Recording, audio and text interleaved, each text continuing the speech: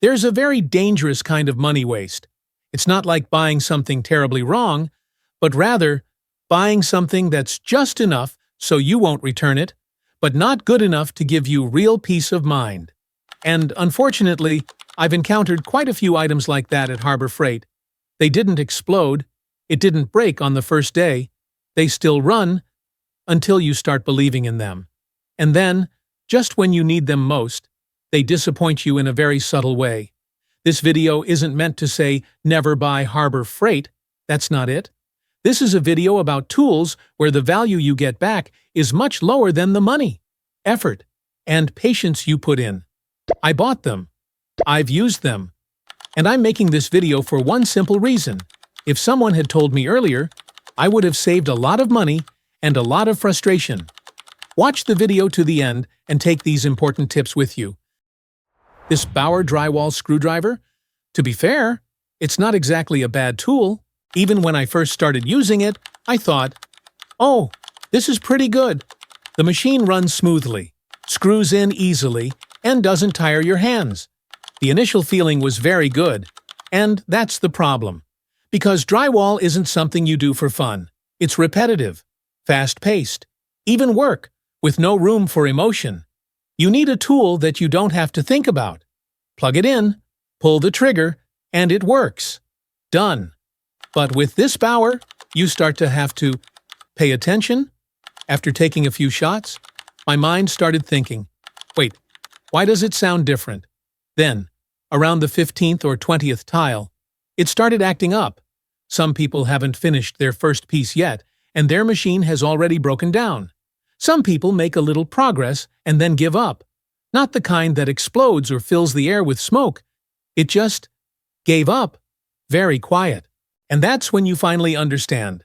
A tool that you have to pray for every day to survive isn't a cheap tool, it's a troublesome one. Sorry for throwing you off. It's a hassle to have to change, fix, and swear. And drywall is even more annoying. The more you hate what you're doing, the pain here isn't that it's weak, but it's not trustworthy. With drywall, strength is less important than, will it last the whole day? And unfortunately, this one doesn't. This Chicago electric sliding saw is the kind of tool that looks very convincing on the shelf. That slide? It looks impressive. You stand there and think, oh, if it's slippery and this is the price, it's a real bargain, isn't it? And yes, I used to think that too, until you turn it on. The first feeling is, everything is a bit loose. It's not the kind that feels like it's about to fall off, but it's loose enough to make you feel insecure. The handle feels loose when you pull it in and out. The machine vibrates slightly when it starts up. It didn't shake enough to fly off the table, but it shook enough to make you start re-evaluating the square ruler in your head. And when you have to think about whether this cut is square, it's as if the tool has already lost. The biggest problem with cheap sliding saws is this. The slide is the most precise part, but also the most expensive. Railroads, bearings, parallelism, those things can't be made cheaper without being noticeable. It doesn't break immediately, but it makes you lose faith with every cut. The funny thing is, most DIY enthusiasts don't need a sliding saw at all. 90% of the work involves cutting short bars, cutting frames, and cutting moderate-sized boards. But marketing makes you think bigger and more features are better. In reality, a saw that doesn't slip but is sturdy and square works several times better. That's why this is called cheap but not cheap. You don't pay anything when you buy. You lose money later, when you have to recut, adjust, or ultimately, buy something else. And that's the kind of saving I never want to repeat. I understand why many people buy the Warrior 18V. I understand very well. You walk into Harbor Freight and see a drill bit set that's significantly cheaper than other brands. It looks okay. Picking it up, it doesn't feel too bad. And you think, I just need to drill a few holes and screw in a few screws. That sounds very reasonable. The problem is, no one just buys one drill and stops there. The scenario is usually like this. Buy the drill first. After using it for a while, you'll need to increase the impact for faster results. Then, when it's time to cut the wood, You think, maybe I should buy an extra chainsaw for convenience? Then you start looking around, and you realize everything. You don't have what you need. There's no choice. There's no way forward. That's when you'll realize you're stuck. I have the batteries, but I don't have the tools. If you want to switch to a different brand, you have to change the battery, the charger, and the system, but the battery is still good. It's a waste to throw it away. So, you're in a very uncomfortable situation. If you keep using it, you're annoyed. But if you stop, it hurts your wallet. This warrior isn't about it being weak or breaking down immediately. The problem with it is that it has no future. An 18V system with only a few items is like buying a car with only first and second gears. It can run, but it's difficult to go anywhere. I always say this, and I speak from experience, not philosophy. You don't buy the drill. You're buying that battery's future life. And with the Warrior 18V, that life is quite short. Buy cheap at first, but pay for it gradually with frustration. And that's the kind of saving I would never recommend to anyone. There's a type of tool that I always advise you not to go for the cheapest option. Not because it's the worst, but because it doesn't give you a chance to correct your mistakes. Buying is going straight into a dead end. Concrete vibrators, cheap crown staplers, and central pneumatic tools, they all fall into the same category. Take the concrete vibrator as an example. Looking at the price, you feel relieved, but after using it, you understand. It's so weak. You're not sure if it's vibrating or just shaking from fear. Someone just pulled the trigger a few dozen seconds and the machine turned off. At that moment, the concrete was setting. You were just standing there watching, sweat dripping down your face, and only one thought was running through your head. I should have hired someone. Crown staplers are the same. It doesn't break immediately, but it shoots sometimes and sometimes not. The staples are half in, and what's more frustrating is that it doesn't die completely, so you can replace it. It just limps along, enough to disrupt the work rhythm. The kind of tool that the more you use it, the more frustrated you get. But you still have to use it because you've already bought it. And central pneumatic.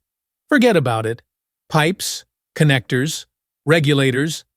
They're all items that if just one of them is slightly faulty, the whole system goes wrong. The air isn't stable, the pressure isn't even, and then you think it's the compressor, or everything else, except for that cheap thing. The common point of these tools is this. There is no better version in the same price range. There is no upgrade path. There is no repair option. If it breaks, throw it away.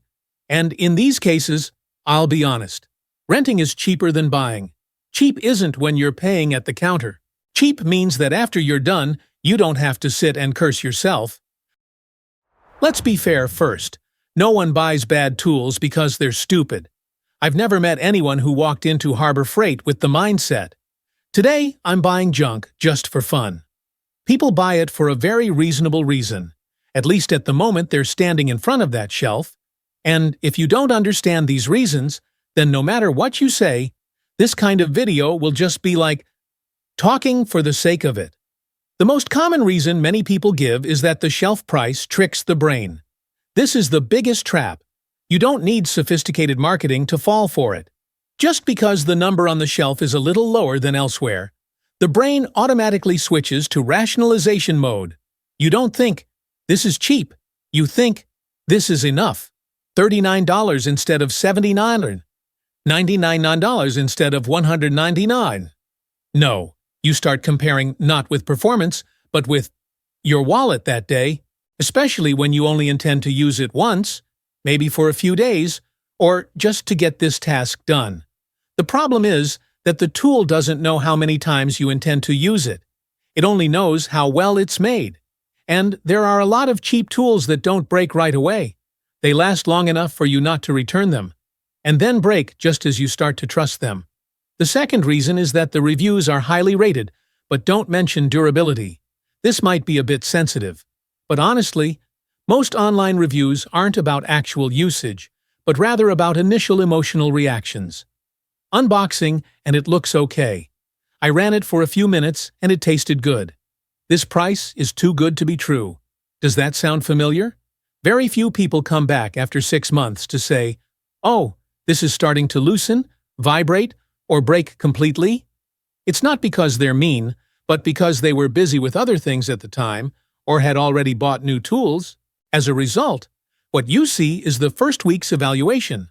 While the tool is something you have to live with for many years, the high price isn't wrong, but it only talks about the honeymoon, not about life afterward. The third reason is psychological. The thought that I can't be that unlucky also causes many people to lose money unnecessarily. This is very human psychology. I used to be like that too. You read a few bad reviews, but a little voice whispers in your head, "Those guys must have been unlucky. I'll use it more carefully. It should be fine." And yes, sometimes you're not unlucky. That tool can run. But the problem is that you're gambling with your own time and patience. A good tool doesn't require you to hope. A reliable tool is one you don't even think about anymore. The moment you have to start telling yourself it's okay, you already know deep down that it's not really okay. And another thing is that no one tells you the price after 6 months. This is something few people talk about, and it's also the reason I'm doing this section. The true cost of a tool is not reflected on the invoice. It lies in interrupted time. The work needs to be redone. Frustration built up. And that feeling of, "I shouldn't have bought this." Those things don't show up when you're standing at the checkout counter. It appears late one evening, when you just want to finish work and go home, and the tool starts giving you trouble. And at that point, you're no longer comparing $39 to $79. You compare it to your own fatigue. In short, buying cheap tools isn't wrong. Everyone has been through that phase. Me too. But buying the wrong cheap tools is what will really cost you money. It's like buying cheap shoes to go on a long trip. It felt smooth when I tried it. It's fine after a few kilometers, but the further you go, the more you hurt. And by the time you get there, you just wish you had chosen a different pair from the start. Understanding why people buy these tools isn't about criticizing them. It's so that, later on, I won't have to blame myself as much. I want to make it clear again, so no one misunderstands. I don't hate Harbor Freight. If I hated it, I wouldn't have stepped foot in there so many times, nor would I have spent money to buy it and then sat here talking to you all. Harbor Freight has some very good deals, and they're even extremely reasonable if you know what you're buying. The problem isn't with the brand. The problem lies in how we choose our tools. Harbor Freight has good tools, but not all of them are worth buying. The biggest mistake many people make is thinking in black and white. Either Harbor Freight sells all bad stuff, or Harbor Freight is good for everything. In reality, life isn't that simple. Some of their dishes are quite good and worth the price within their range, but there are also some things that, from the moment they are born, have no chance of doing their job well. It's not because you used it wrong, it's not because you're unlucky, but because it has been cut down too much. This video is not meant to say, don't buy Harbor Freight. It just says not to buy these items, because they don't offer good value. Avoiding something isn't because I'm criticizing it, but because I understand the tool's limitations. A good tool is one that knows exactly what it was created to do.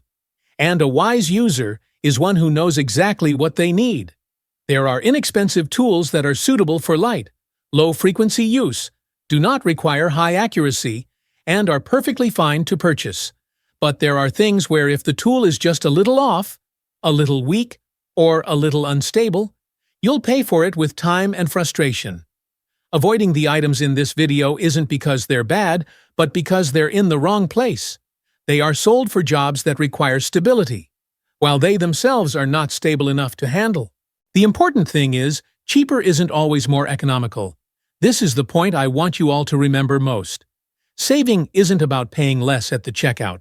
Saving is getting the job done without having to think about it again. If you buy something cheap, then you have to keep adjusting it. It needs to be redone because it was cut crooked and shot off-center. If you have to change, fix, or eventually buy something else, then that initial cheapness becomes meaningless. Avoiding these tools is meant to help you save in the right places, not to make you spend more money. Knowing how to avoid things helps you shop more confidently, not more cautiously. When you understand which items are worth buying, which dishes should you avoid, so that next time you walk into the store, you won't have any hesitation.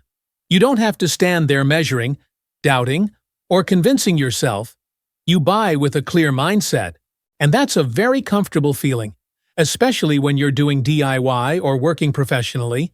The tools serve you, rather than you serving the tools. This video is not a call for a boycott. It's not about proving who's right and who's wrong. It's just a conversation between people who have made mistakes, been frustrated, and don't want others to repeat those same errors. Knowing what to avoid helps you appreciate the good things more, even if they come from Harbor Freight itself. If you've watched this far and are still here, I believe you're just like me. You don't need fancy tools, just tools that won't betray you. And that's enough. Having said that, if I just sit here criticizing without saying what to buy, it's no different from standing on the sidelines just pointing. To be fair, I'll just say this. Harbor Freight has items that you won't find cheaper anywhere else. These are the items I'm willing to open my wallet for without hesitation. First are clamps. You can never have too many. If there's one thing Harbor Freight does better than people expect, it's clamps. No need for flashy colors. It doesn't need to be beautiful. Just hold on tight and don't let go. Their bar clamps, pipe clamps, and parallel clamps are perfectly fine for DIY projects. It might not be as smooth as high-end brands, but the clamping force is sufficient, and it lasts forever. Most importantly, it's the price. You can buy twice the quantity compared to other brands, and in DIY, more clamps always win. Next is basic hand tools, as long as you avoid the cheapest lines, wrenches, sockets, ratchets, hammers, basic screwdrivers. Harbor Freight does these items very well if you choose the right line. It doesn't need to be high-end. Just don't put the cheapest sets on the edge of the shelf.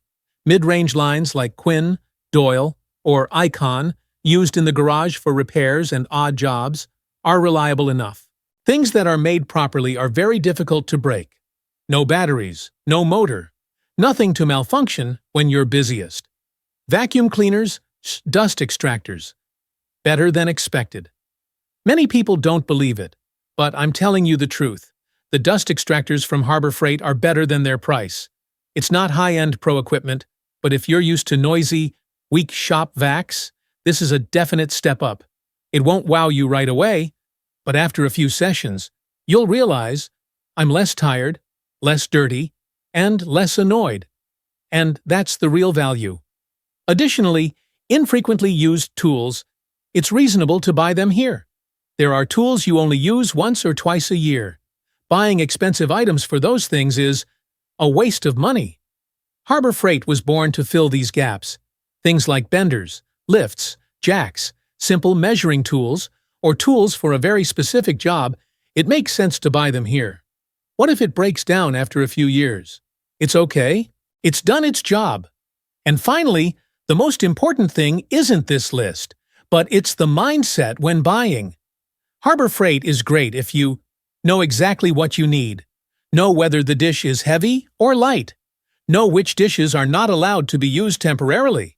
When you buy with a clear head, Harbor Freight isn't a trap, it's a proper savings tool. I don't believe that buying expensive things automatically makes you good, but I strongly believe that buying from the right place makes the work easier. Avoid a few bad items, choose a few good ones, and that's enough to make Harbor Freight your friend, not a source of frustration. In short, it's like this. Harbor Freight isn't bad, but not everything you buy there is worth the money. Some tools work well, some are just for fun. And there are also tools that I really don't understand why people keep buying because the price they end up paying is much higher than the number on the shelf. This is not the truth. This is just my experience, the money I spent, and the mistakes I've made. Perhaps you've used something on this list and found it to be fine. That's entirely possible. Ultimately, a tool still depends on the user, the task, and each person's expectations. So, if you have any items you bought at Harbor Freight that you found to be extremely worth the money, or on the contrary, any items that made you swear you'd never touch them again, feel free to leave a comment below. I read everything, And many other people are also looking for those experiences just like you. If you like straightforward, no hidden ads, no brand-boosting talk, then subscribe to the channel so you don't have to search for the next videos. And if not, that's okay too.